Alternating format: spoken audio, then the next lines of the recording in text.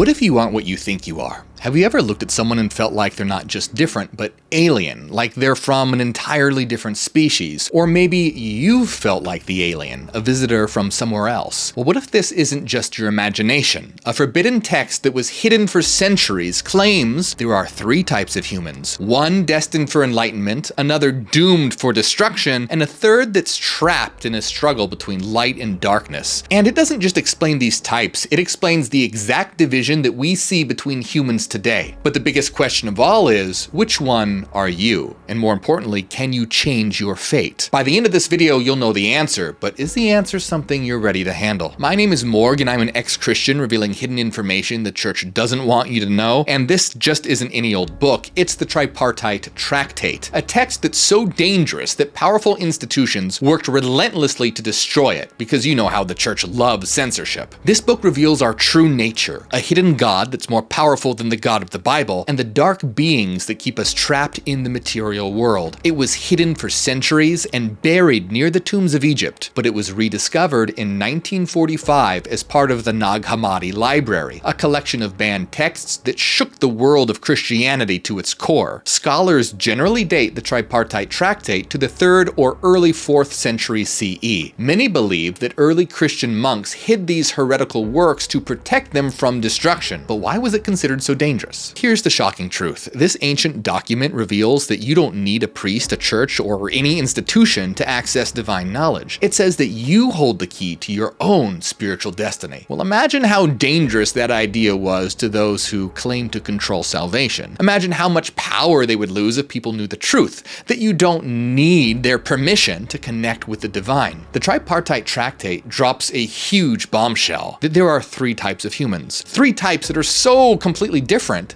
that they determine your ultimate fate. But your type might not be set in stone. What if you could rewrite your spiritual code and escape the material realm? And if this knowledge holds the key to enlightenment, why would the church go to such lengths to erase it? Could it be because they know that this truth, if it were revealed, would empower you to break free from their control? The real question isn't just which type are you, it's what are they afraid of you becoming? Let's uncover the truth. First, make sure you like and subscribe if you're into uncovering hidden truths, and it really helps get this information out to more people who need to hear it. Also, check out my book, Neogenesis: Dawn of the New Mind. Links are in the description. The name Tripartite Tractate literally means three-part text, and you'll find the theme of threes all throughout the book. The text itself is divided into three sections. It reveals three kinds of humans and three aspects of the true God: the Father, the Son, and the church. But don't worry, this isn't the Sunday school God with the beard and anger issues. See, the Tripartite Tractate doesn't start with creation or even the God of the Bible. It starts a lot earlier with a God that's far bigger, far more mysterious, a being of light that's so infinite and vast that our minds can barely scratch its surface. This being is called the Father, but forget the idea of Father as some man on a cloud with lightning bolts. This isn't Zeus on a bad day. This is the source of all existence, the ultimate cosmic source. This God isn't even considered male or female. The text calls him unbegotten, meaning he has no beginning, no end, no limits, not even time, space, or form. He's the source. The text calls him the root of the totality, the origin of everything that exists, light, life, and the very framework of reality itself. But here's what makes the Father so different. No name, creator, God, Father, can truly capture him. The tractate says those are just traces of his greatness, reflections of what our minds can perceive. In his pure form, he's completely unknowable. As the text says, he alone is the one who knows himself as he is, along with his form and his greatness and his magnitude. He's everything and nothing, beyond all words and concepts. Everything we know, everything we see, originated from his thought. That's right, the entire universe, every blade of grass, every galaxy, every living thing, it all began as a blueprint in the mind of the ultimate being. But if this being is the source of all perfection, of light, life, and wisdom, why does our world feel so broken? Why do we see suffering, death, and ignorance everywhere? If everything comes from the infinite, then what went wrong? Could something or someone be keeping us from this light? Could our reality be manipulated to hide the truth? Think about it. What if the world as we know it is actually a lie that was carefully constructed to keep us blind to the source of all reality? The tripartite tractate tells us that from this incomprehensible source came the Son. The tractate describes the Son as the perfect reflection of the Father's essence. His firstborn Son and only Son, he is pure light, the living manifestation of the Father's thought. And with the Son came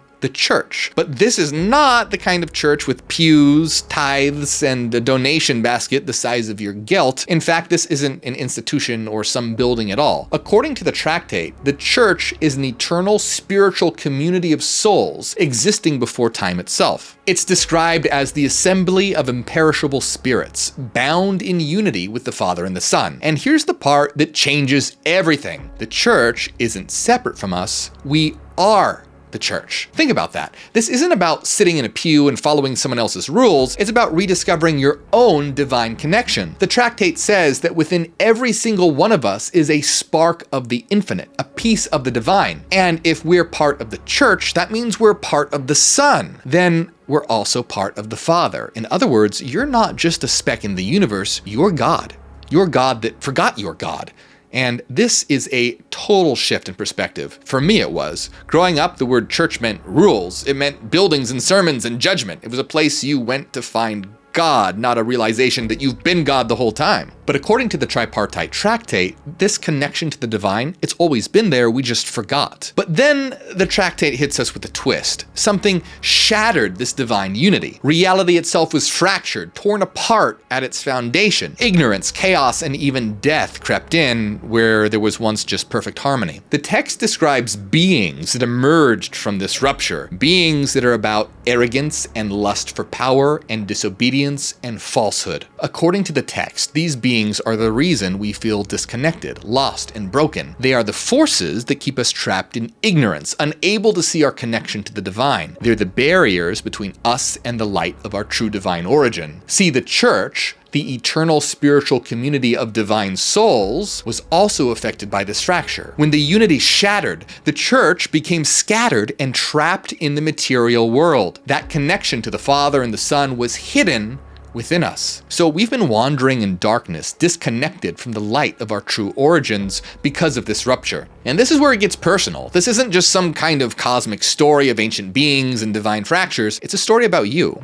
You're part of something a lot greater than yourself because you carry the spark of the infinite within. You are a part of this eternal, imperishable community, the source of existence itself. That's why you feel like you aren't from this place. But that connection has been hidden by forces that thrive on chaos, confusion, and ignorance. Think about it. How often do you feel like something's missing? Like you're searching for meaning in a world that just doesn't make sense. What the tripartite tractate reveals is that this feeling isn't just in your head. You've been cut off from your own divine origin. And the real question now is, can we heal this fracture? Can we rediscover that connection to the divine? Or are we destined to remain trapped in a broken world, wandering blindly and forever disconnected from the truth? Because if the tractate is right, then you aren't just part of the story, you are the story. You are the key to restoring the light, to rediscovering the eternal connection. The question is, will you seek it? But what caused this fracture anyway? Was it a mistake or was it on purpose? And most importantly, how do we, as the scattered pieces of the divine, return to the light? Well, the answer lies in what comes next, because the story doesn't end here, it's only just beginning. In fact, this fracture didn't just disrupt reality, it created 3 distinct types of humans. But before we get to that, we need to understand the source of this break. What shattered the unity of the divine order? The tractate tells us that it wasn't an external force, but something closer to home, a being or force called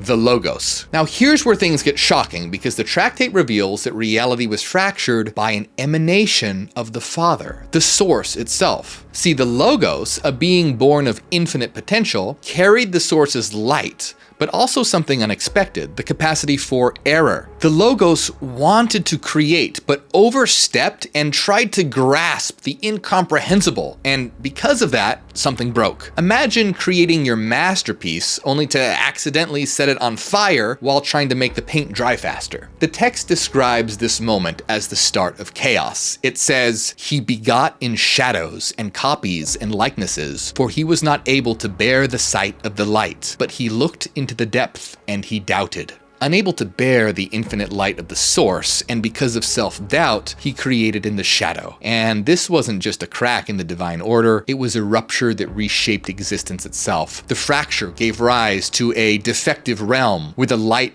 of the source became obscured. Beings of darkness arose with a lust for power and domination. It says, "They were brought to a lust for power in each one of them, of which each is a shadow, each one imagining that it is superior to his fellows." The tractate says they are disobedient beings, lovers of power. But here's where it gets even darker. These entities rejected the light and embraced the shadows, creating a reality governed by division, greed, and confusion. And from this rift emerged the material world we know today, a world bound by cycles of suffering, death, and imperfection. In their world, ignorance is a force that keeps us separated from our divinity. But who or what exactly are these dark beings? In the tractate, we're introduced to this shadowy force that controls our reality, called the Archons, which is a Greek word that means rulers. These beings are cosmic entities described as authoritative powers, rulers of the material world who thrive on division, fear, and ignorance. Because these beings forgot their origin, they thought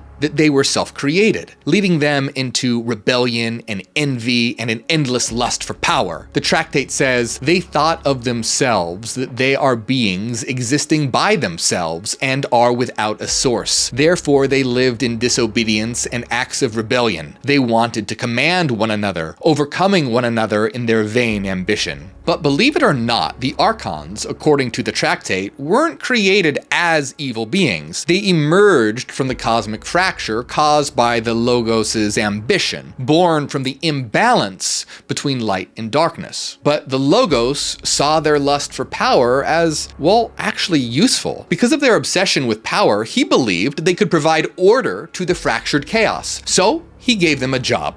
And what they desired. He appointed them as rulers in a hierarchy. The text says, "The Logos graciously granted their desire. He gave to each one the appropriate rank, and it was ordered that each one be a ruler." And so who was the chief Archon, the ruler of the rulers? According to this book, it was none other than the God of the Bible. The text explains that over all the Archons, he appointed an Archon with no one commanding him. He is the Lord of all of them. The Logos uses him as a hand to beautify and work on the things below, and as a mouth to say the things which will be prophesied. But even though the Logos saw them as useful for organization, their actions are far from benevolent. The Archons are driven by envy and power, and while their role is to enforce cosmic order, they often serve their own ambitions and manipulate humanity and perpetuate ignorance. They see themselves as rulers, but their authority is a distortion of true divine light. So how do the Archons maintain their power? Well, the tripartite tractate gives us chilling insights into their methods. These beings thrive on fear and confusion, creating systems that trap humanity in materialism and falsehood. In modern terms, think of the Archons as the original social media algorithms. They keep you hooked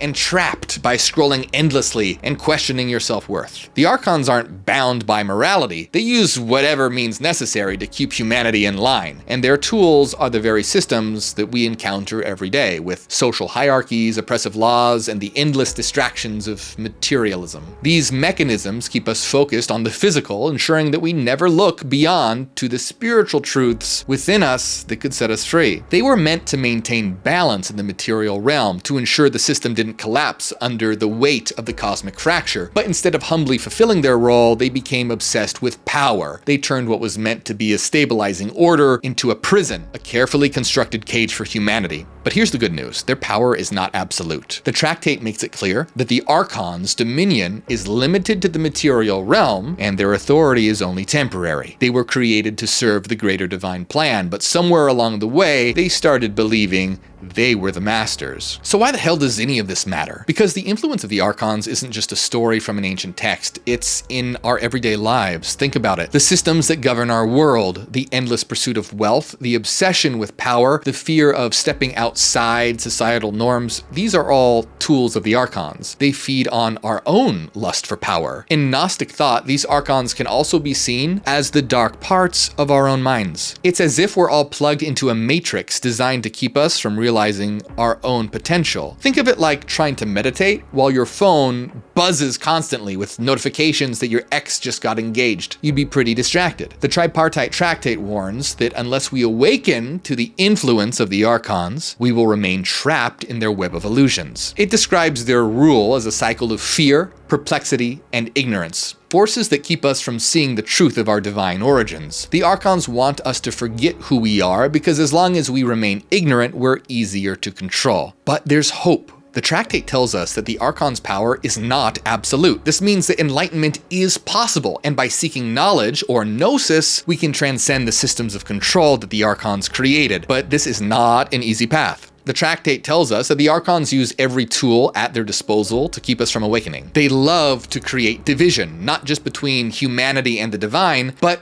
within each other and even within ourselves. Our own doubts, fears, and desires, those are their greatest weapons. One of the Tractate's most startling ideas is that even the sun needed redemption. It says not only do humans need redemption, but also the angels too need redemption. Even the sun himself, who has the position of redeemer of the totality, needed redemption as well. So what does all this mean for us? If the Logos' fall fractured reality and created this broken world, the real question isn't just about what happened, it's about what do we do next? Well, the Tractate leaves us with a challenge. Will we choose the light, or will we stay trapped in the shadows of a fractured reality? The Tractate paints a picture of humanity caught between two realities. On one side, there's the spiritual realm, where our true essence and light resides, eternal, unbroken, and connected to divinity. And on the other side, there's the material realm, a prison of illusion designed to keep us bound and distracted. Basically, it's like being stuck in a cosmic escape room where most of the players don't even realize that they're playing.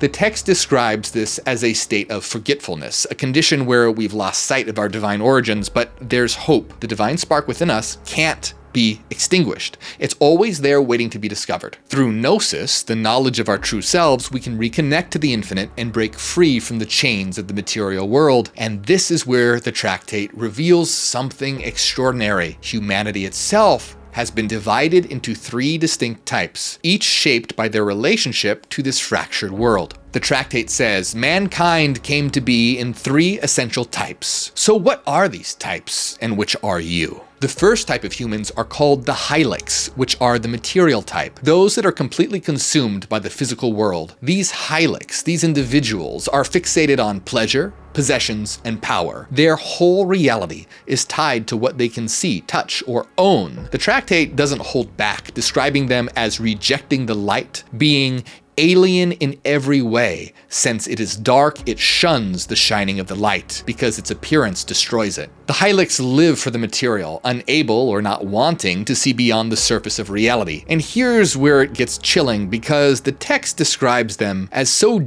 deeply entrenched in the physical that they actively reject the light and seal their own destruction. And the Tractate doesn't sugarcoat it. Those who refuse to seek higher knowledge are doomed. Now, here's the uncomfortable question. Does this sound like anyone you know?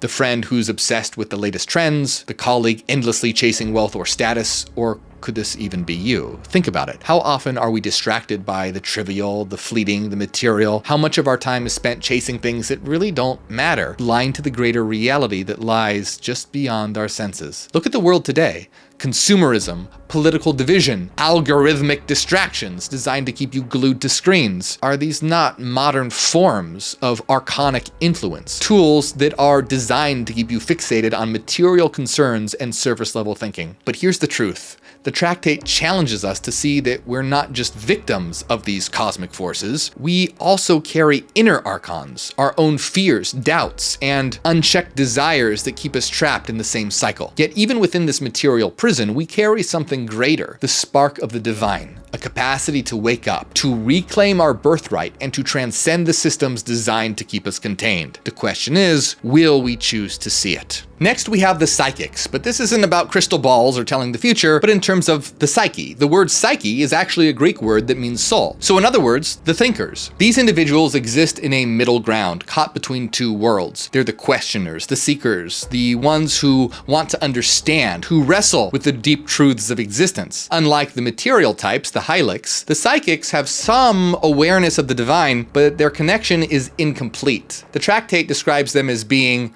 like light from fire. They possess a glimmer of illumination, but they're still tied to the physical. They stand in the middle, at the crossroads of the material and the spiritual. They're aware of something greater, but they're hesitant to totally embrace it. And this hesitation is their greatest challenge. While they have the capacity to rise toward enlightenment, the psychics are equally at risk of falling back into darkness. They can become obsessed with facts and data and miss what really underlies existence. The text warns the psychic race is double in its determination for both good and evil. In other words, their fate isn't set in stone. They have immense potential, but that potential could go both ways. Are you one of the psychics, the thinkers, standing at the crossroads? Do you feel the pull of something greater, but find yourself held back by doubt or fear or something else? Do you question the deep truths but struggle to commit to the path ahead? The psychics hold a unique power, the ability to ascend toward the light, but their path isn't easy. They have to confront their doubts and overcome this hesitation and make a deliberate choice to embrace the divine. Finally, we come to the pneumatics, or the spiritual types. These are the rarest of all and the most connected to the divine. The tractate describes the pneumatics as being light from light, fully aware of the spiritual reality that's beyond the material world. They're the closest to the source and have an innate connection to the divine. The pneumatics are the closest to realizing their divinity, but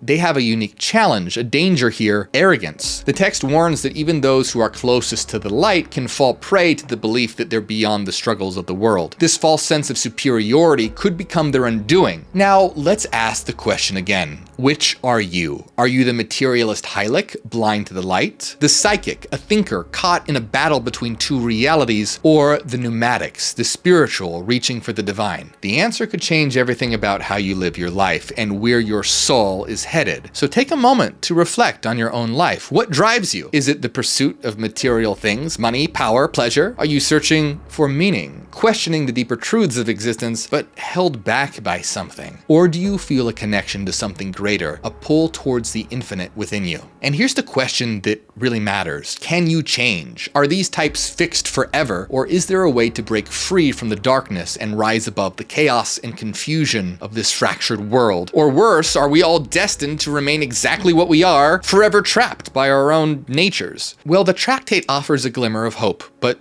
not for everyone. The materialists, or Thehilx, are described as being entirely bound to the physical. They are called alien in every way, rejecting the light because it exposes the emptiness of their existence. For them, transformation is almost impossible. The text describes their fate in no uncertain terms. The material ones will receive destruction in every way. But for the psychics, the possibility of transformation is real. They can ascend towards the spiritual realm or fall back into the darkness of the material. But transformation isn't automatic. It requires a radical shift in consciousness, a total reorientation of how they see themselves in the world. So how does this transformation happen? According to the tractate, it's through knowledge, what the Gnostics called gnosis. And this isn't just an intellectual understanding, it's also a deep and experiential realization of the truth of existence. It's the moment when the psychic sees through the illusion of the material world and aligns themselves with the divine. But here's the catch: it's not easy. The journey is filled with distractions and the constant pull of the physical world. So all this brings us back to why the tractate was banned in the first place. Well, it threatens the very structures of power that keep humanity divided. Think about it. If you were told that your destiny was fixed and that salvation or damnation was out of your control, wouldn't you submit to the powers that claim to hold the keys to heaven? But what if you knew the truth? What if you knew that transformation was possible, that you could break free from the darkness